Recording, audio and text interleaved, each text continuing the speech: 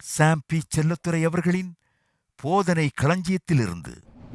நீங்கள் கர்த்தருக்கு உங்களை அர்ப்பணித்து கர்த்தருக்கு வாழ வேண்டும் தீர்மானிச்சுட்டா உங்கள் சரீரம் கூட புஷ்டியாகும், உங்கள் முகக்கலை கூட மாறும். ஏனென்றால் சரீர ஆரோக்கியம், நீடிய வாழ்வு, சரீரத்தில் நல்வாழ்வு எல்லாம் ஒன்றோடு ஒன்று கனெக்டடாக இருக்குது. பாருங்கள், நாம் என்ன நினைக்கிறோம், சுகம் வேணால் சுகத்தை போய் வாங்கிட்டு வந்துடலாம், கொஞ்சம் காசு வேணால் கற்றுட்டு போய் ஜெபம் பண்ணி காசை கற்று சொல்கிற எல்லாம் ஒன்றோடு ஒன்று சேர்ந்து தான் வரும், தனியாலாம் தர முடியாது. நீ கர்த்தரோடு சேர்ந்து வாழும்போது, கர்த்தருக்கு என்று உன்னை அர்ப்பணிக்கும் போது இதெல்லாம் பார்ட் அண்ட் பார்சல், இது ஒரே பேக்கேஜில் வந்துடுது. எல்லாம் இதெல்லாம் ஒன்றை சேர்ந்து வருகிறது.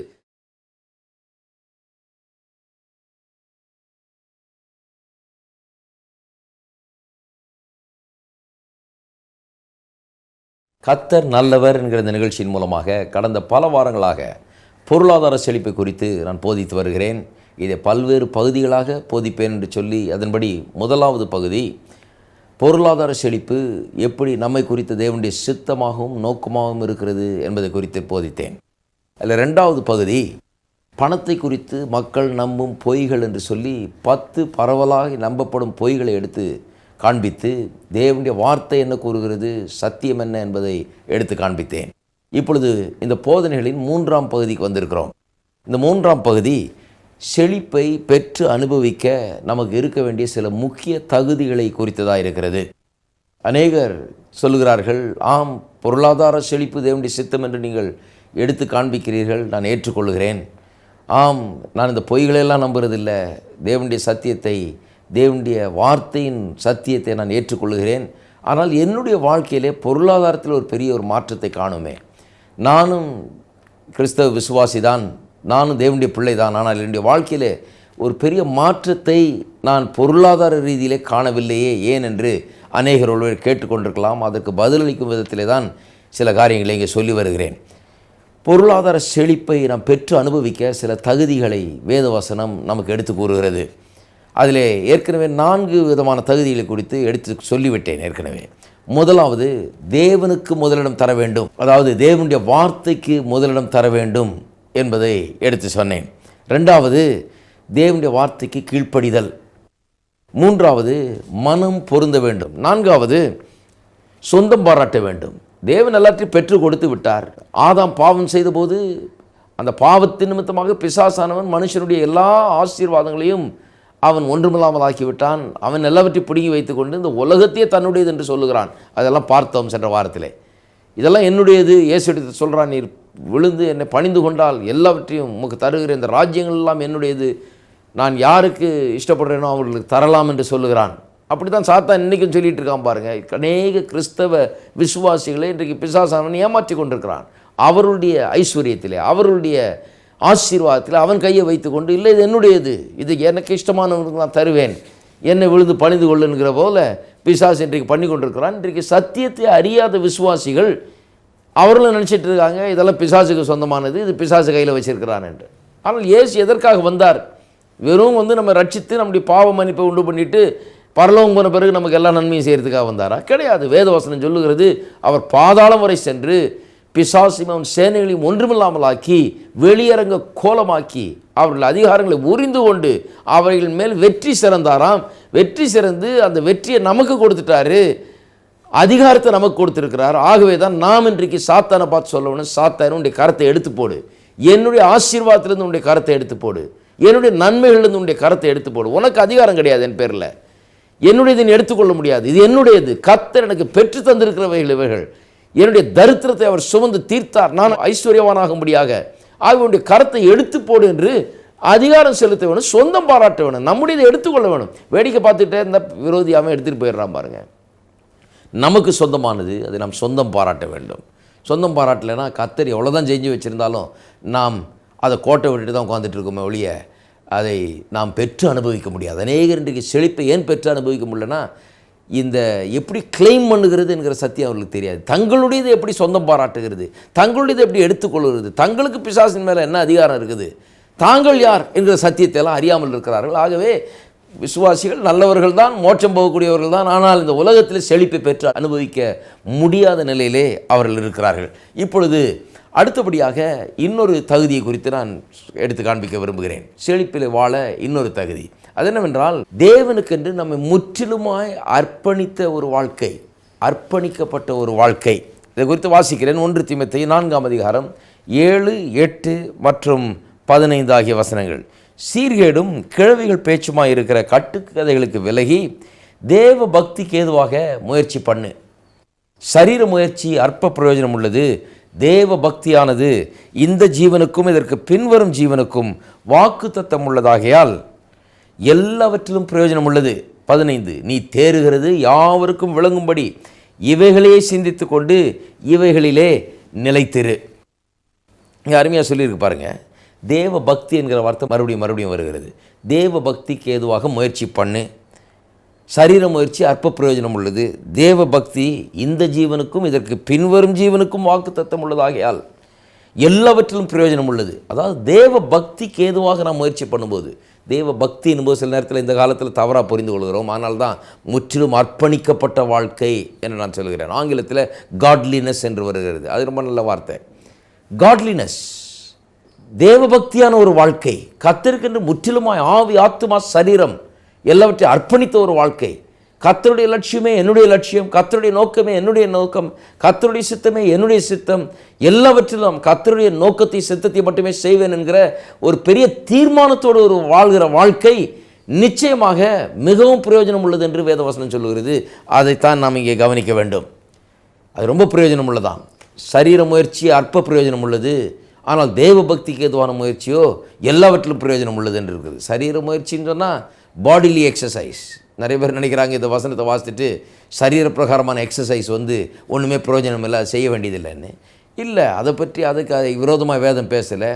சரீரம் நன்றாக தான் இருக்க வேணும், சரீரத்துக்கு சில உடற்பயிற்சிகளை செய்யலாம், அதெல்லாம் அது குறித்து வேதம் அதுக்கு எதிராக பேசவில்லை. ஒரு கம்பேரிட்டிவ் ஸ்டேட்மெண்ட், இது ரிலேட்டிவ் ஸ்டேட்மெண்ட். அதாவது இன்னொன்றோடு ஒப்பிட்டு பார்க்கும்போது இது அதிக பிரயோஜனம் உள்ளது அப்படி தான் சொல்லியிருக்கு. சரீர முயற்சி வெறும் சரீரத்துக்கு தான் பயனை கொடுக்குறது. நம்முடைய மசில்ஸ் நல்லா ஆகுது, நம்முடைய சரீர ஆரோக்கியம் நல்லா இருக்குது. சரீரத்தை பொறுத்தவரையில் நாம் நன்றாக சாப்பிட்டு நன்றாக உடற்பயிற்சி செய்தால் அது சரீர நலனுக்கு ஏதுவான ஒரு முயற்சி, நல்லது அது. ஆனால் இந்த தேவ பக்திக்கு ஏதுவான முயற்சி ஆவி ஆத்மா சரீரம் குடும்பம் பொருளாதாரம் எல்லா ரீதியிலும் நமக்கு நன்மையை கொண்டு வரக்கூடிய ஒரு முயற்சி. சரீரத்தில் கூட அது நன்மையை கொண்டு வருவது பாருங்கள். எல்லாவற்றிலும் இந்த கர்த்தருக்காக வாழுகிற இந்த முயற்சி, கர்த்தருக்காக வாழ வேண்டும் என்று நான் எடுக்கிற முயற்சி எல்லா விதத்திலும் எனக்கு பிரயோஜனமாக இருக்கிறது. அது எப்படி சொல்லியிருக்கிறது? இந்த வாழ்க்கையில் மட்டுமல்ல, இன்னும் வரப்போகிற வாழ்க்கையிலும் அதற்கேற்ற காரியங்களும் அதில் அடங்கி இருக்கிறது. எல்லா நன்மையும் அதில் இருக்குது. ஆகவே தான் எல்லாவற்றிலும் பிரயோஜனம் உள்ளது. It is profitable in all. இந்த ப்ராஃபிட் என்கிற வார்த்தை ரொம்ப முக்கியம் பாருங்கள். ப்ராஃபிட்டபிள் இன் ஆல்னால் எல்லா விதத்திலும் எனக்கு அது ப்ராஃபிட்டபுளாக இருக்குது, எனக்கு அது பிரயோஜனமாக இருக்கிறது, லாபகரமாக இருக்கிறது. 15ஆம் வசனத்தில் ரொம்ப அருமையாக சொல்லியிருப்பாருங்க. நீ தேறுகிறது யாவருக்கும் விளங்கும்படி இவைகளையே சிந்தித்து கொண்டு இவைகளிலே நிலைத்திரு. நீ தேறுகிறதுன்னு சொன்னால் ஒரு பரீட்சையில் நாம் எழுதுகிறோம், அதில் தேறுகிறோம் இல்லையா? அது மாதிரி தான் வாழ்க்கையே ஒரு பெரிய பரீட்சை மாதிரி தான். இதில் தேறுறோமா இல்லை ஃபெயில் ஆகிறோமா? ஃபெயில் ஆகிக்கொண்டே இருக்கிறோமா? வாழ்க்கையில் நமக்கு நடக்கிற சம்பவங்கள், நமக்கு எதிர்கொண்டு வருகிற சவால்கள், நாம் சந்திக்கிற பிரச்சனைகள் எல்லாம் ஒன்று ஒரு எக்ஸாம் மாதிரி தான் பாருங்கள். நமக்கு இதில் தேர்றோமா தேர மாட்டோமாங்கிறத நாம் கவனிக்க வேண்டும். தேர வேண்டும் என்று தேவன் விரும்புகிறார். நீங்கள் இதில் தேர்றது மட்டும் முக்கியம் இல்லை, நீங்கள் தேறுகிறது யாவருக்கும் விளங்க வேண்டும். கர்த்தருடைய நோக்கங்கள் பாருங்கள் எப்படி இருக்குன்னு. கர்த்தர் நம்மகிட்ட என்ன சொல்கிறாரு? நீ பாஸ் ஆகணும் வாழ்க்கையில். அநேகர் பாருங்கள் பரீட்சையில் நல்லா பாஸ் ஆகிடுறோம். மற்ற பள்ளிக்கூடத்தில் பிள்ளைகள் பாருங்கள் இந்த காலத்துலலாம் முதல் பக்கத்துலேருந்து கடைசி பக்கம் வரைக்கும் அப்படியே மனப்பாடத்தை பண்ணி போய் கடகடன்னு எக்ஸாமில் எதை கேட்டாலும் அப்படியே கொட்டிட்டு வந்துடுறாங்க. 100க்கு 100% சர்வசாதாரணமாக வாங்குகிறாங்க. ஆனால் வாழ்க்கை வெறும் பள்ளிக்கூடத்தில் நாம் எழுதுகிற பரீட்சை மட்டும் அல்ல. பள்ளிக்கூடத்தில் பரீட்சை எழுதுறது நல்லது, அதில் நல்ல மார்க் வாங்குறது நல்லது. அது வாழ்க்கையை நாம் நல்லா வாழுகிறதுக்கு உதவும்படியாக இருக்க வேண்டும். அப்போ அது நல்லது. சிலர் என்ன பண்ணுறாங்க, இந்த புக்கை மனப்பாடம் பண்ணுறதோடு சரியான வாழ்க்கையில் ஒன்றும் பெருசாக கற்றுக்கல. ஆகவே இதில் 98% வாங்கிட்டு வாழ்க்கையில் ஃபெயிலு. எதை எடுத்தாலும் ஃபெயில் பாருங்கள். இங்கேருந்து தாம்பரம் போனால் வழி எத்தனை தடவை போயிட்டு இருந்தாலும் அவனுக்கு தெரியாது. ஏன்னா அந்த மாதிரி காரியங்கள்லாம் அவன் கற்றுக்கிறது கிடையாது. ஒரு சாதாரண பிரச்சனை எப்படி மேற்கொள்கிறது என்று தெரியாது. ஒரு சாதாரண சவால்களை எப்படி சந்திக்கிறது, ஒரு தைரியம், ஒரு ஆற்றல், இதெல்லாம் இல்லாமலே போய்விடுகிறது. வெறும் இந்த புக்கை படித்து அப்படியே மனப்பாடம் பண்ணி கொட்டிட்டா இது பெரிய காரியம் என்று நினைக்கிறார்கள். அருமையானவர்களே, வாழ்க்கையே ஒரு பெரிய பரீட்சை மாதிரி. இந்த பரீட்சை அந்த பரீட்சைக்கு நம்ம தயாராக்குது. பள்ளிக்கூடமும் காலேஜும் அதுக்கு தயாராக்குது நம்ம. ஆனால் அதை விட பெருசாக தேவ பக்திக்கு ஏதுவான முயற்சி நம்ம வாழ்க்கையில் நாம் வெற்றி பெறும்படியாக நம்ம தயாராகுது. அதான் ஆவிக்குரிய ஜீவியம் ரொம்ப முக்கியம். பாருங்கள், ஆவிக்குரிய ஜீவன்ங்கிறது நம்முடைய வாழ்க்கையில் ஒட்டுமொத்தமாக ஆவி, ஆத்மா, சரீரம், நம்முடைய குடும்பம், நம்முடைய பொருளாதாரம், நாம் கையிட்டு செய்கிற எல்லாவற்றிலும் நம்ம வெற்றி பெறும்படியாக நம்ம ஆயத்தப்படுத்துகிறது. ஆகவே தான் பாருங்கள், பவுல் சொல்லுகிறார், நீ தேறுகிறது. யாருக்கு சொல்கிறார்? தீமோத்தேயுக்கு சொல்கிறார். அவர் ஒரு வாலிபர், இப்போ தான் புதுசாக பாஸ்டராக வந்திருக்கிறார், ஊழியத்துக்கு வந்திருக்காரு. அவருக்கு சொல்லுகிறார், நீ தேரணும், நீ இந்த செய்கிற வேலையில் தேரணும், நல்ல பாஸ்டராக இருக்கணும், நீ இதில் பாஸ் பண்ணணும், வாழ்க்கையில் உள்ள சவால்களை நீ சந்திக்க வேண்டும், உனக்கு எதிர்கொண்டு வருகிற சோதனைகளை நீ மேற்கொள்ள வேண்டும், எல்லா பிரச்சனைகளையும் மேற்கொண்டு ஜெயிக்கிறவனாக இருக்க வேண்டும். நீ தேறி நீ எல்லாவற்றையும் சமாளிக்கக்கூடியவன். கர்த்தருடைய தயவு உனக்கு உண்டாயிருக்கிறது, கர்த்தர் உன்னோட கூட இருக்கிறார், கர்த்தருடைய பலத்தை கொண்டு நீ வாழுகிறாய், கர்த்தருடைய ஞானத்தை கொண்டு வாழுகிறாய் என்று எல்லாரும் பார்க்க வேண்டும். பார்த்து கர்த்தரை மகிமைப்படுத்தக்கூடிய அளவுக்கு நீ வாழ என்று சொல்கிறார். ஆகவே தான் பாருங்கள், நான் ஜெயிக்கிறது, நீங்கள் ஜெயிக்கிறது கர்த்தருக்கு ரொம்ப முக்கியம். அது நாம் நல்லா இருக்கணும்னு மட்டும் இல்லை, நாம் நல்லா இருக்கும்போது கர்த்தருடைய நாமத்துக்கு மகிமை உண்டாகிறது. நாம் நல்லா இல்லைன்னா கர்த்தருடைய நாமத்துக்கு மகிமை உண்டாகிறது இல்லை. அதனால தான் அந்த வாலிப ஊழியக்காரருக்கு சொல்லுகிறார், நீ நல்லா இரு, நீ தேர், வாழ்க்கையில் பாஸ் பண்ணு, வாழ்க்கையின் பிரச்சனைகளில் பாஸ் பண்ணி காமி என்று சொல்லுகிறார். பாருங்கள், நாம் நன்றாக இருக்கும்போது அதை மறைக்கவே முடியாது. இன்றைக்கி உங்களுக்கு ஒரு கோடி ரூபாய் கிடச்சிதுன்னு வைங்க, நீங்கள் ஒருவேளை எடுத்துகிட்டு போய் அதை பத்திரமா பேங்க்கில் போட்டு எல்லார்ட்டையும் மறைச்சிடலான்னு பார்க்கலாம். ஆனால் கொஞ்ச நாள் கூட ஆகாது பாருங்கள், ஒரு 10 நாளில் கூட ஆகாது, அது வெளியே வர ஆரம்பிச்சிடும். எப்படின்னு சொன்னால், அதை வச்சுட்டு உங்களால் சும்மா இருக்க முடியாது. எதையாவது ஒன்று வாங்குவீங்க, ஒரு காரை வாங்குவீங்க, இல்லை ஏதாவது பொருளை வாங்குவீங்க, ஒரு வீட்டை வாங்குவீங்க, என்னத்தையோ ஒன்று வாங்குவீங்க. கொஞ்ச நாளில் பார்த்தீங்கன்னா எல்லாருக்கும் தெரிஞ்சிடும், இவருக்கு என்னமோ வந்திருக்குது, காசு வந்திருக்குது, கிடச்சிருக்குது, இவருக்கு ஏதோ ஒரு நன்மை நடந்திருக்கிறது என்று எல்லாருக்கும் தெரியும். நன்மையை கர்த்தர் அப்படி வச்சுட்டா இருப்பாருங்க. அதனால தான் தீமோத்தேயுக்கு பவுல் சொல்வார், நீ தேறுகிறது யாவருக்கும் விளங்க வேண்டும், நீ ப்ராஃபிட் பண்ண வேண்டும்ப்பா. இந்த ஆவிக்குரிய ஜீவியத்தில் தேவ பக்திக்கு ஏதுவாக பண்ணுகிற முயற்சி அது பிரதிபலன் இருக்கிறது, அதுக்கு அது சில நன்மைகளை உனக்கு கொண்டு வருகிறது என்று சொல்லுகிறார். எல்லாவற்றிலும் நன்மை கொண்டு வருது, ஆவியில், ஆத்மாவில், சரீரத்தில், பொருளாதாரத்தில், குடும்பத்தில், எல்லாவற்றிலும் நன்மை பாருங்கள். அதனால தான் சொல்லுகிறார் 12ஆம் வசனத்தில், உன் இளமை குறித்து ஒருவனும் அசட்டை பண்ணாதபடிக்கு நீ வார்த்தையிலும் நடக்கையிலும் அன்பிலும் ஆவியிலும் விசுவாசத்திலும் கற்பிலும் விசுவாசிகளுக்கு மாதிரியாயிரு. எல்லாத்திலையும் மாதிரியாயிருன்றார். பாருங்கள், வாலிபர்கள் இன்றைக்கு நினைக்கிறாங்க, கர்த்தருக்காக வாழ்ந்தால் அதில் என்ன பிரயோஜனம் இருக்குது, இப்போவே நான் பைபிளை தூக்கிட்டு நான் கோயிலுக்கும் அதுக்கும் அலைஞ்சிட்டு இருந்தேன்னா என்னுடைய சந்தோஷமெல்லாம் போயிடும், ஜாலியாக இருக்க முடியாது. அதில் என்ன இருக்குது, காட்லினஸில் என்ன இருக்குது? காட்லினஸ் எல்லாம் வயசான பிறகு நான் அதை செய்யணும். 70 வயசுக்கு மேலே ஆன பிறகு கோயில் பக்கத்துலேயே ஒரு வீட்டை பார்த்துக்கிட்டு அங்கேயே இருந்துக்கிட்டு இப்படியே நடந்து கோயிலுக்கு போயிட்டு வந்துட்டு இருக்கிற மாதிரி அப்படி ஒரு வாழ்க்கை அமைச்சிக்கணும். இப்போ தான் ஆட்டம் போடுறது போடணும், இப்போ தான் நான் ஜாலியாக இருக்கணும், இப்போ தான் நான் காரியங்களை அனுபவிக்கணும் என்று சொல்லி கொண்டிருக்கிறார்கள் வாலிபர்கள். ஒருவேளை இன்றைக்கு கேட்டுக்கொண்டிருக்கிற உங்களில் சிலர் அப்படி சொல்லி கொண்டிருக்கலாம். நான் சொல்லுகிறேன், ஏமாந்து விடாதீர்கள். வேதவசனம் சொல்லுகிறது, வாலிபனே உன் வாலிப பிராயத்திலே உன் சிருஷ்டிக்கிறேன் நினை. ஏன்னா வயசான பிறகு நினைக்காத, ஏன் வாலிப காலத்தில் ஏன் நினைன்னா, அவர் தான் உன்னை நடத்துகிறவர், உன்னை தாங்குகிறவர், உனக்கு உதவி செய்கிறவர், உன்னை மேன்மைப்படுத்துகிறவர், செல்ல வேண்டிய பாதையை காட்டுகிறவர், அவர் தான் உனக்குள்ள ஆற்றலின் திறமையெல்லாம் வச்சிருக்கிறவர். அவரோடு கனெக்டடாக இருந்தால் தான் உனக்கு தெரியும் என்ன இருக்குது உனக்குள்ள என்று. அவரோடு கனெக்டடாக இருந்தால் தான் எந்த பாதையில் செல்ல வேணும்னு தெரியும். அவரோடு கனெக்டடாக இருந்தால் தான் அன்றாட உதவி உனக்கு உண்டாயிருக்கும், அவருடைய பலன் உனக்கு உண்டாயிருக்கும். அவரோடு ஒன்று சேர்ந்து நீ வாழ்ந்தால்தான், உன்னை அர்ப்பணித்து கொண்டால் அதில் நிறைய நன்மைகள் இருக்கிறது. எந்த விதத்தில்? எல்லா விதத்திலும் நன்மை இருக்கிறது. ஆகவே வாலிபர்களுக்கு நான் சவால் விட்டு சொல்லுகிறேன், இதை கேட்டுக்கொண்டிருக்கிறவர்கள், நீங்கள் வாலிபர்களாக இருந்தால், நான் வாலிபனாக இருந்தப்போ யாரும் எனக்கு சொல்லலை, நான் உங்களுக்கு சொல்லுகிறேன், வாலிப பிராயத்திலே சிருஷ்டிக்கிறேன் நினை, தேவ பக்திக்கென்று முயற்சி பண்ணு, கர்த்தருக்காக வாழ உன்னை அர்ப்பணி. இந்த உலகத்து பின்னாலையும் உலகத்தின் காரியங்கள் பின்னாலையும் போய் அதை பெருசாக நினச்சி அதை மேன்மைப்படுத்தி அதில் வாழ்ந்து கொண்டிருக்கிறது போல கர்த்தருக்கென்று உன்னை அர்ப்பணித்தால் இந்த உலகத்தில் உனக்கு என்னவெல்லாம் தேவை, உன்னுடைய வாழ்க்கை நன்மையால் நிரம்பி இருக்கும், ஆசீர்வாதங்களால் நிரம்பி இருக்கும் என்பதிலே சந்தேகமே கிடையாது. பாருங்கள், தேவ பக்திக்கு எதுவாக முயற்சி பண்ணும்போது இது எல்லாவற்றிலும் பிரயோஜனம், எல்லாவற்றிலும் பிரயோஜனம். ஆவி, ஆத்மா, சரீரம், குடும்பம், பொருளாதாரம், எல்லாவற்றிலும் பிரயோஜனம். அதுக்கு ஒரு உதாரணத்தை எடுத்து காண்பிக்கிறேன். தானியேல் புஸ்தகத்திலே நாம் வாசிக்கிறோம், தானியேல், ஷாத்ராக், மேஷாக், ஆபேத்நேகோ போன்றவர்களை குறித்து. அவருடைய பின்னணி என்ன? இஸ்ரவேல் மக்கள் சிறைப்பட்டு போய் பாபிலோனியரிடத்திலே சிறை கைதிகளாக இருக்கிறார்கள், அடிமைகளாக இருக்கிறார்கள். பாருங்கள், அங்கே அந்த ராஜா அதில் சில வாலிபர்களை எடுத்து தேர்ந்தெடுத்து தன்னுடைய ராஜ்யத்தில் சில முக்கிய பொறுப்புகளை கொடுத்து ஆளும்படியாக சில ஆட்களை தேர்ந்தெடுக்கிறார். இந்த 4 பேரும் அதில் அந்த டீமில் இருக்காங்க பாருங்கள்.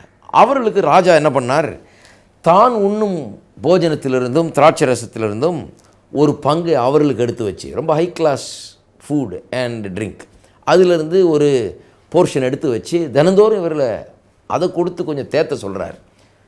இவர்கள் பாவம் பஞ்சத்தில் அடிபட்டவர்கள் மாதிரி இருக்கிறாங்க. ஏன்னா சிறைப்பட்டு போய் ரொம்ப கஷ்டத்தில் நொந்து போய் கவலையில் பாரத்தில் வாழ்ந்து அப்படி இருந்திருப்பாங்கன்னு நினைக்கிறேன். அவர்களை கொண்டு வந்து நல்லா தேத்து உடம்புங்கிறாரு. என்னுடைய ஆகாரத்தை கொடு, என்னுடைய திராட்சை ரசத்தை கொடு, நல்லா தேரட்டும் அவர்கள் என்று சொல்லி அங்கே கொடுக்குறார்கள். அது கொடுக்கும்போது தானியேல் என்கிறவன் என்ன பண்ணானாம், தன் இருதயத்திலே ஒரு தீர்மானத்தை பண்ணினானாம். என்ன தீர்மானத்தை பண்ணானாம், இந்த ராஜாவுடைய போஜனத்தினாலும் திராட்சை ரசத்தினாலும் என்னை நான் தீட்டிப்படுத்தி கொள்வதில்லை என்று அவன் ஒரு தீர்மானத்தை பண்ணி, அவனோடு கூட இந்த மற்றவர்களும் அந்த தீர்மானத்தை பண்ணி, மற்ற 3 பேரும் சேர்ந்து அந்த தீர்மானத்தை பண்ணி, இவர்களெல்லாம் போய் அங்கே அந்த பிரதானி இடத்துல சொல்லுகிறார்கள். அவர்களை கவனிக்கிற ஆள்கிட்ட, எங்களுக்கு இந்த சாப்பாடெலாம் வேணாம், இந்த மேஜையில் உட்காந்து நாங்கள் இதை சாப்பிட்டு இதை குடித்து உங்களோட சேர்ந்து குடித்து வெறிச்சு நாங்கள் இருக்க போகிறதில்ல. ஏனென்று சொன்னால் எங்களுடைய கடவுள் வேறு, இஸ்ரவேல் தேவன், அவரை நாங்கள் கனம் பண்ண வேணும். நாங்கள் சாப்பாட்டு விஷயத்தில் கூட அவர் சொன்னபடி தான் நாங்கள் சாப்பிட போகிறோம். அவர் தான் எங்களுக்கு பெருசு, இது பெருசு இல்லை, நீங்கள் கொடுக்குற உத்தியோகம் பெருசு இல்லை, நீங்கள் கொடுக்குற மேன்மை எனக்கு பெருசு இல்லை, அவர் தான் எங்களுக்கு பெருசு, அவரை நாங்கள் கனம் பண்ண வேணும். அவருக்கென்று எங்களை அர்ப்பணிச்சிருக்கிறோம், அவருடைய சித்தத்தை நாங்கள் செய்வோம், அவருடைய விருப்பத்தின்படி தான் நடப்போம், அவருக்கு ஒவ்வாத காரியங்கள் நாங்கள் ஈடுபட மாட்டோம், இந்த காரியங்களால் எங்களை தீட்டுப்படுத்தி கொள்ள மாட்டோம் என்று போய் சொல்லுகிறார்கள். அவன் சொல்லுகிறான், ஐயா நீங்கள் இந்த சாப்பாடை சாப்பிட்லன்னா உடம்பு தேரலைன்னா பிறகு நான் ராஜா வந்து உங்களை கொண்டு வந்து முன்னால் நிற்க வைக்கும்போது முகம் வாடி இருக்கும், இவர்களை ஏன் சரியாக கவனிக்கலன்னு ஏன் தலையை வாங்கிடுவார் ராஜா, நான் என்ன பண்ணுறதுங்கிறான். அதுக்கு தானியேல் சொல்லுகிறான், ஒரு 10 நாளைக்கு எங்களை சோதித்து பாரோம் அப்படின்னு சொல்லி அவர்களுக்கு வெறும் பருப்பு மற்றும் மரக்கறிகள் தான் கொடுக்கப்படுகிறதாம் பாருங்கள். அதை சாப்பிட்டு விட்டு பிறகு அவர்களை சோதிக்கிறார்கள். 13ஆம் வசனத்திலே நாம் வாசிக்கிறோம், தானியேல் 1ஆம் அதிகாரத்திலே, எங்கள் முகங்களையும் ராஜபோஜனத்தில் புசிக்கிற வாலிபருடைய முகத்தையும் ஒத்துப்பாரும், பின்பு நீர் காண்கிறபடி உமது அடியாருக்கு செய்யும் என்றான். 15ஆம் வசனம், 10 நாள் சென்ற பின்பு ராஜபோஜனத்தை புசித்த எல்லா வாலிபரை பார்க்கலும் அவர்கள் முகம் களையுள்ளதாயும் சரீரம் புஷ்டி உள்ளதாயும் காணப்பட்டது. என்ன ஆச்சரியம் பாருங்கள், 10 நாள் பொறுத்து பார்த்தா இந்த வெறும் பருப்பையும் மரக்கறியும் சாப்பிட்டவனுடைய முகம் களை உள்ளதாக இருக்குதான், சரீரம் புஷ்டி உள்ளதாக இருக்கிறதான். எப்படி? ஒருத்தர் என்கிட்ட சொல்கிறாரு, அதுதான் ஐயா நம்ம ஊர் பருப்பு சாம்பாருடைய மேன்மை பாருங்கள், தானியேலும் சாத்ராக் மேஷாக் ஆபேத்நேகும் இதை சாப்பிட்டு தான் முகமே களையாச்சாக்கும் அப்படிங்கிறார். நான் சொல்கிறேன், பருப்பு சாம்பாரையே சாப்பிட்டுட்டு இருந்தால் நடக்கிறது வேறு. இது பருப்பு சாம்பாருடைய மேன்மை இல்லை, இது கடவுளுடைய ஆசீர்வாதத்தின் மேன்மை. கர்த்தர் அந்த பருப்பு சாம்பார் மேலே ஆசீர்வாதத்தை கட்டளையிடுகிறார். இவன் சாப்பிட்ட சாப்பாட்டை கர்த்தர் ஆசீர்வதிக்கிறார். கடவுளுடைய அனுக்கிரகம் அவர்களுக்கு உண்டாயிருக்கிறது. கர்த்தரை இவர்கள் கனம் பண்ணுகிறார்கள். கர்த்தர் சொல்கிறார், நான் ஒன்றை கனம் பண்ண போகிறேன். இந்த ஆகாரத்தை, ரொம்ப சிம்பிளான ஆகாரமாக இருந்தாலும் சரி, இதை சாப்பிட்டு அவனை விட நீ நல்லா இருக்க போகிற, நான் அவனுக்கு காமிக்கிறேன் பாருங்கிறார். நான் சொல்லுகிறேன், நீங்கள் கர்த்தருக்கு உங்களை அர்ப்பணித்து கர்த்தருக்கு வாழ வேண்டும் தீர்மானிச்சுட்டா உங்கள் சரீரம் கூட புஷ்டியாகும், உங்கள் முகக்களை கூட மாறும். ஏனென்றால் சரீர ஆரோக்கியம், நீடிய வாழ்வு, சரீரத்தில் நல்வாழ்வு எல்லாம் ஒன்றோடு ஒன்று கனெக்டடாக இருக்குது பாருங்கள். நாம் என்ன நினைக்கிறோம், சுகம் வேணால் சுகத்தை போய் வாங்கிட்டு வந்துடலாம், கொஞ்சம் காசு வேணால் கற்றுட்டு போய் ஜெபம் பண்ணி காசை கற்று சொல்கிற, எல்லாம் ஒன்றோடு ஒன்று சேர்ந்து தான் வரும், தனியாலாம் தர முடியாது. நீ கர்த்தரோடு சேர்ந்து வாழும்போது, கர்த்தருக்கு உன்னை அர்ப்பணிக்கும் போது இதெல்லாம் பார்ட் அண்ட் பார்சல், இது ஒரே பேக்கேஜில் வந்துடுது. எல்லாம் இதெல்லாம் ஒன்றை சேர்ந்து வருகிறது. கர்த்தரை கனம் பண்ண வேணும்னு தீர்மானித்துட்டு கர்த்தருடைய லட்சியங்களுக்காக வாழ நாம் தீர்மானிக்கும் போது இதெல்லாம் சுகம் கூட பாருங்கள், ஆரோக்கியம் கூட, நீடிய வாழ்வு கூட எல்லாம் சேர்ந்து வந்துடுது. முகக்கலை இவர்களுக்கு புஷ்டி எல்லாம் உண்டாகிறது சரீரத்தில். அருமையானவர்களை சற்று சிந்தித்து பார்க்க வேண்டும். நீங்கள் சுகவீனமாக இருக்க வேண்டியதில்லை, பலவீனத்தில் இருக்க வேண்டியதில்லை. கர்த்தருக்கு உங்களை அர்ப்பணியுங்கள், கர்த்தருக்கு என்று உங்களை ஒப்பு கொடுங்கள். கர்த்தர் உங்கள் சரீரத்தில் கூட ஆசீர்வாதத்தை கட்டளையிடுவார், சுகத்தை கட்டளையிடுவார். சரி, பிறகு பாருங்க என்ன சொல்லியிருக்கிறது. 17ஆம் வசனம், இந்த 4 வாலிபருக்கும் தேவன் சகல எழுத்திலும் ஞானத்திலும் அறிவியும் சாமர்த்தியத்தையும் கொடுத்தார். தானியேலை சகல தரிசனங்களையும் சொப்பனங்களையும் அறியத்தக்க அறிவுள்ளவனாக்கினார். அவர்களுக்கு சில தாளந்துகளை கொடுக்கிறார், வரங்களை கொடுக்கிறார். அவர் கடவுள் பாருங்க சொல்லியிருக்குது, உவாம் 8:18, தேவனாகி கர்த்தரை நினைப்பாயாக, அவரே ஐஸ்வர்யத்தை சம்பாதிக்க உனக்கு பலனை கொடுக்கிறவர். கர்த்தர் ஐஸ்வர்யத்தை கொடுக்கறது இல்லை, ஐஸ்வர்யத்தை சம்பாதிக்க உனக்கு என்னெல்லாம் தேவையோ அதெல்லாம் தருகிறவர் என்று சொல்லியிருக்கிறது. கொஞ்சம் யோசித்து பார்க்க வேண்டும். வாலிபர்களே நான் சொல்லுகிறேன், யாராக இருந்தாலும் நான் உங்களுக்கு சொல்லுகிறேன், கர்த்தர் ஐஸ்வர்யத்தை சம்பாதிக்க வேண்டிய பலனை உங்களுக்கு தருகிறார். நீங்கள் எந்த உலகத்தில் வாழ்ந்தாலும் சரி, எந்த நாட்டில் இருந்தாலும் சரி, எந்த சூழ்நிலையில் இருந்தாலும் சரி, எவ்வளோ ஏழையாக இருந்தாலும் சரி, எவ்வளோ கீழே அடிமட்டத்தில் இருந்தாலும் சரி, அதை பற்றி கவலைப்படாதீங்க. ரொம்ப அடிமட்டத்தில் இருக்கிற ஆளுக்கு சொல்கிறேன், இனிமேல் கீழே போக முடியாது, மேலே தான் வரணும். அதனால் சந்தோஷப்படுங்கள். இந்த செய்தியை நீங்கள் கேட்டுக்கொண்டிருக்கிறீர்கள். இவங்க பாருங்கள், அடிமைத்தனத்தில் இருக்கிறாங்க, போட்டு சங்கிலியில் கட்டி அங்கே கொண்டு போய் நிறுத்தியிருக்கிறான். அப்பேற்பட்ட ஆளுகளுக்கு இப்பேற்பட்ட ஒரு பாக்கியத்தை கர்த்தர் தர்றாரு. அங்கே போய் அந்த கல்தேயரின் எழுத்துக்களையும் பாஷைகளையும் அவர்களுக்கு சொல்லி கொடுத்தாங்களாம் பாருங்க. அப்போ தான் கற்றுக்கிட்டாங்க. அப்போ கற்றுக்கிட்டு அந்த ஊர் ஆளை விட நல்லா பேசுகிறான், நல்லா எழுதுறான். நடக்கும்னு நினைக்கிறீங்களா? அங்கே போய் கற்றுக்கிட்டவன், அடிமையாக இருந்து போய் கற்றுக்கிட்டவன், அவனுக்கு அவ்வளோ பெரிய ஒரு அறிவையும் ஆற்றலையும் கர்த்தர் கொடுக்குறாரு பாருங்க. அங்கே உள்ளூர் ஆளால் அவ்வளோ எழுத முடியல, அவனுக்கு அவ்வளோ பெரிய ஒரு ஞானம் இல்லை, அவனுக்கு அவ்வளோ இதை படிக்க முடியல. இவன் அன்னைக்கு படித்த ராஜா கற்றுக் கொடுத்து படித்தாலே அவ்வளவு பிரமாதமாக தேறினவனாய் அவன் இருக்கிறான். எல்லாருக்கு முன்னால் அவன் ஷைன் பண்ணுறான் பாருங்கள். எல்லாருக்கு முன்னால் அவர்கள் ஒளி விட்டு பிரகாசித்து கொண்டிருக்கிறார்கள். இவர்கள் வித்தியாசமான ஆள்னு. நாம் என்றைக்கு கர்த்தருக்காக நம்ம அர்ப்பணித்து கர்த்தரை கனம் பண்ணுகிறோமோ, கர்த்தர் நம்மை உயர்த்துவார், நம்மை கீழாக்காமல் மேலாக்குவார், வாளாக்காமல் தலையாக்குவார் என்பது அருமையானவர்களே நிச்சயம் என்று சொல்லுகிறேன். சேலஞ்சாக எடுத்துக்கொள்ளுங்கள். இதை கர்த்தர் என்னை ஏங்க ஆசீர்வதிக்கல, என்ன கண்டுக்கவே மாட்டேங்கிறாருங்க, நான் என்ன தப்பு பண்ணேன், இதெல்லாம் பேசாதீங்க. கர்த்தருக்கு என்று உங்களை அர்ப்பணித்திருக்கிறீர்களா? தேவ பக்திக்கு எதுவாக முயற்சி பண்ணுறீங்களா? ஒரு முயற்சி இருக்குதா? கர்த்தருக்காக வாழ வேண்டும் என்ற அர்ப்பணிப்பு இருக்கிறதா? எந்த அளவுக்கு கர்த்தருக்காக வாழ்ந்து கொண்டிருக்கிறீர்கள்? அதை சரி பண்ணுங்க, மீதி எல்லாம் சரியாகும் பாருங்க. செழிப்பு கூட வந்துடும், சுகம் கூட வந்துடும், எல்லாம் வந்துடும். அப்போ எழுத்து எல்லாம் நல்லா வருது உங்களுக்கு பாருங்கள். 20ஆம் வசனம், ஞானத்துக்கும் புத்திக்கும் அடுத்த எந்த விஷயத்தில் ராஜா அவர்களை கேட்டு விசாரித்தானோ அதிலே தன் ராஜ்யம் எங்கும் உள்ள சகல சாஸ்திரிகளிலும் ஜோசியர்களும் அவர்களை 10 மடங்கு சமர்த்தராக கண்டான். என்ன வார்த்தைகள் பாருங்கள். இவர்களை கூப்பிட்டு ஏதாவது கேட்டால் அந்த உள்ளூரில் இருக்கிற பெரிய பெரிய ஞானிகளை காட்டில் இந்த வாலிபர்கள் 10 மடங்கு சமர்த்தர்களாக இருக்கிறாங்க. என்ன ஒரு கிஃப்ட் பாருங்கள். அருமையானவர்கள், நான் சொல்கிறேன், நீங்கள் கையிட்டு செய்கிற வேலையில், உங்களுடைய பிரயாசத்தில், உங்களுடைய படிப்பில், உங்களுடைய அறிவில், உங்கள் ப்ரொஃபஷனில், உங்களுடைய தொழிலில், நான் சொல்லுகிறேன், சேலஞ்ச் பண்ணி சொல்லுகிறேன், நீங்கள் கர்த்தருக்கென்று அர்ப்பணித்து வாழ்ந்தீர்கள் என்றால் கர்த்தர் உங்களுக்கு மற்றவர்களை காட்டிலும் 10 மடங்கு அதிகமாக, நான் சொல்லுகிறேன் 1000 மடங்கு அதிகமாக உங்களுக்கு திறமையும் ஆற்றலையும் தருவார் என்பதில் எனக்கு சந்தேகமே கிடையாது. அதனால தான் நான் சொல்லுகிறேன், கர்த்தரை தேடுங்கள், கர்த்தரை நாடுங்கள். அதனால தான் பாருங்கள், 3 யோவான் 2 சொல்லப்பட்டிருக்கிறது, பிரியமானவனே, உன் ஆத்துமா வாழ்கிறது போல நீ எல்லாவற்றும் வாழ்ந்து சுகமாக இருக்கும்படி வேண்டுகிறேன். உனக்கு பணம் கிடச்சி நீ நல்லா பணக்காரனாக இருக்கும்படி வேண்டுகிறேன்னு சொல்ல அவர். சுகம் கிடச்சி நீ சுகதேதியாக வாழணும்னு சொல்ல. எல்லாம் உன்னோட ஒன்று கனெக்டட் பாருங்கள். எல்லாவற்றிலையும் நீ நல்லா இருக்கணும். ஆமாம், நீ ஐஸ்வர்யவானாக இருக்கணும், செல்வந்தனாக இருக்கணும், நீ சுகமாக இருக்கணும், நல்லா இருக்கணும். ஆனால் எல்லாம் ஒன்றோடு கனெக்டட். உன் ஆத்துமா வாழ்கிறது போல நீ எல்லாவற்றிலும். இது பிரிக்கவே முடியாது, இணை பிரியாத ஒரு காரியம் பாருங்கள். இது ஆத்துமா வாழ்வு, ஆவிக்குரிய வாழ்வு, தேவனோடு உங்களுக்கு இருக்கிற நட்பு, தேவனை அறிகிற அறிவு, அதோட உங்களுடைய நல்வாழ்வு கனெக்டடாக இருக்குது. நீங்கள் நல்வாழ்வை பெற முடியாது இது இல்லாமல். கர்த்தரை அறிந்து கொள்ளாமல், கர்த்தர் உங்கள் உள்ளத்தில் இல்லாமல், கர்த்தர் உங்களை வழி நடத்தாமல், கர்த்தருக்கு நீங்கள் முதலிடம் கொடுக்காம, கர்த்தரை நீங்கள் மேன்மையாக நினைக்காம, கர்த்தருக்கு என்று உங்களை அர்ப்பணிக்காமல் நல்வாழ்வை பெற்றுவிட முடியாது பாருங்கள். அதுதான் ஒரு பெரிய தகுதி. கர்த்தருக்கு நாம் அர்ப்பணிக்க வேண்டும்.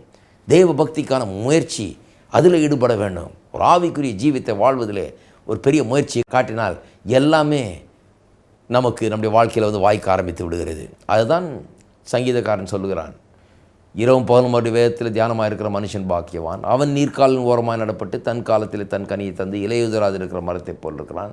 அவன் செய்வது எல்லாம் வாய்க்கும் என்று எழுதியிருக்கிறது.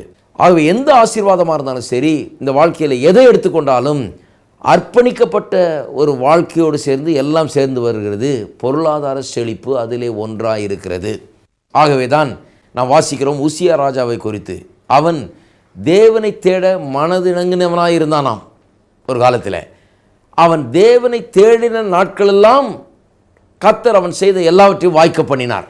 நிறைய பேர் இன்றைக்கி சொல்கிறாங்க, நான் செய்கிறதெல்லாம் வாய்க்க மாட்டேங்குதுங்க, எல்லாத்துலேயும் கோளாறு, எது செஞ்சாலும் பிரச்சனையாக இருக்குது, ஒன்றுமே உருப்பட மாட்டேங்கிறது, நான் ஒன்று செஞ்சால் அது 9 தப்பு வந்துடுது, அதில் என்ன பண்ணுகிறது அப்படின்று முழித்து கொண்டிருக்கிறார்கள் நிறைய பேர். ஆனால் வேதவசனம் சொல்லுகிறது, எப்படி வாய்க்க பண்ண வேண்டும் என்று உனக்கு காண்பிக்கிறேன் என்று. வேதவசனம் சொல்லுகிறது, தேவனை தேடின நாளெல்லாம் அவன் செய்ததெல்லாம் வாய்க்க பண்ணினார். அவன் எத்தனை நாள் கர்த்தரை தேடினான், அப்பேற்பட்ட உள்ளம் அவனுக்கு எத்தனை நாள் இருந்ததோ அத்தனை நாள் அவன் செய்ததெல்லாம் வாய்த்தது. இது அங்கே ஒரு வசனத்தில் இல்லை பாருங்கள். சங்கீதக்காரன் அதான் சொல்லுகிறான், இரவும் பகலும் அவருடைய வேதத்தில் தியானமாக இருக்கிற மனுஷன் பாக்கியவான். அவன் நீர்க்காலின் ஓரமாக நடப்பட்டு தன் காலத்தில் தன் கனியை தந்து இலையுதிராது இருக்கிற மரத்தை போல் இருப்பான். அவன் செய்வது எல்லாம் வாய்க்கும். செய்வது எல்லாம் வாய்க்கக்கூடிய ஒரு வாழ்க்கையை வாழ முடியும். நாம் நிச்சயமாக முடியாதுன்னு சொல்லாதீங்க, கண்டிப்பாக வாழ முடியும். நாம் எப்படி தெரிஞ்சுக்கணும்? கர்த்தர் எனக்கு செய்யலைங்க, ஏன் நடக்க மாட்டேங்குதுன்னு கேட்குறதுக்கு பதிலாக எப்பேற்பட்ட காரியத்தை வேதம் போதிக்கிறது, எல்லாம் வாய்க்கக்கூடிய ஒரு வாழ்க்கை ஒன்று இருக்கிறதா, அதை எப்படி நமக்கு வரும், அதுக்கு தகுதிகள் என்ன என்று வேதத்திலிருந்து புரிந்து கொள்ள வேண்டும். இரவும் பகலும் தேவனுடைய வார்த்தையில தியானம், அதை செய்கிற ஒரு வாழ்க்கை, முற்றிலும் அர்ப்பணிக்கப்பட்ட ஒரு வாழ்க்கை, எல்லாம் வாய்க்கிற ஒரு வாழ்க்கை. யோசுவா 1:8 அதான் சொல்லப்பட்டிருக்கிறது. இந்த புஸ்தகம் உன் வாயை விட்டு பிரியாது இருப்பதாக. அதாவது இந்த புஸ்தகம் வசனம் வாய்க்கு வரணும்னா உள்ளத்தில் வரணும். முதல்ல உள்ளத்தை நிரப்ப வேண்டும், உள்ளத்தில் அதை விசுவாசிக்க வேணும், அதை ஏற்றுக்கொள்ள வேணும், அதை பற்றி ஒரு தாகம் பசி உண்டாக வேண்டும். வாயை விட்டு பிரியாது இருப்பதாகனா அது நல்லா உள்ளே புகுந்துருச்சு, நிறச்சிருச்சு, இப்போ வாயில் வந்துருச்சுன்னு அர்த்தம். அது இரவும் போலும் தியானம் பண்ணு, அதில் சொல்லப்பட்டிருக்கிறபடியெல்லாம் செய்ய கவனமாயிரு, அப்பொழுது நீ உன் வழியை வாய்க்க பண்ணுவாய். மறுபடியும் பாருங்கள், ஆனால் இங்கே ரொம்ப ஒரு நல்ல ஒரு இன்ஃபர்மேஷன். இங்கே நீ உன் வழியை வாய்க்க பண்ணுவாய். கர்த்தர் வாய்க்க பண்ணுவார்ன்றதை நாம் நினச்சிட்டு இருக்கோம். கர்த்தர் சொல்ற நீ தான் வாய்க்க பண்ணுகிறாய், உங்கள் கையில் தான் கொடுத்துருக்குறேன். அதை உன்னுடைய வாழ்க்கையை நீ திருப்ப முடியும், தோல்வியிலிருந்து வெற்றிக்கு திருப்ப முடியும், தரித்திரத்திலிருந்து செழிப்புக்கு திருப்ப முடியும். நீ உன் வழியை வாய்க்க பண்ண முடியும், எல்லாவற்றையும் வாய்க்க பண்ண முடியும். உன்னுடைய தொழில், உன்னுடைய வியாபாரம், உன்னுடைய கையின் பிரயாசங்கள் எல்லாவற்றையும் வாய்க்க பண்ண முடியும். எப்போ? இருதயத்தை வசனம் நிரப்ப வேண்டும், வாயை நிரப்ப வேண்டும், அது கண்ணுக்கு முன்னால் இருக்கணும், அதனுடைய இருதயத்தின் தியானமாக இருக்க வேண்டும், அதன்படி செய்ய வேண்டும். முற்றிலும் அர்ப்பணிக்கப்பட்ட ஒரு வாழ்க்கை அது இருக்கும்போது நீ உன் வழியை வாய்க்க பண்ணுவாய், புத்திமானாயும் நடந்து கொள்வாய். அருமையானவர்களே, ஒரு சேலஞ்சாக நான் உங்களுக்கு சொல்லுகிறேன்.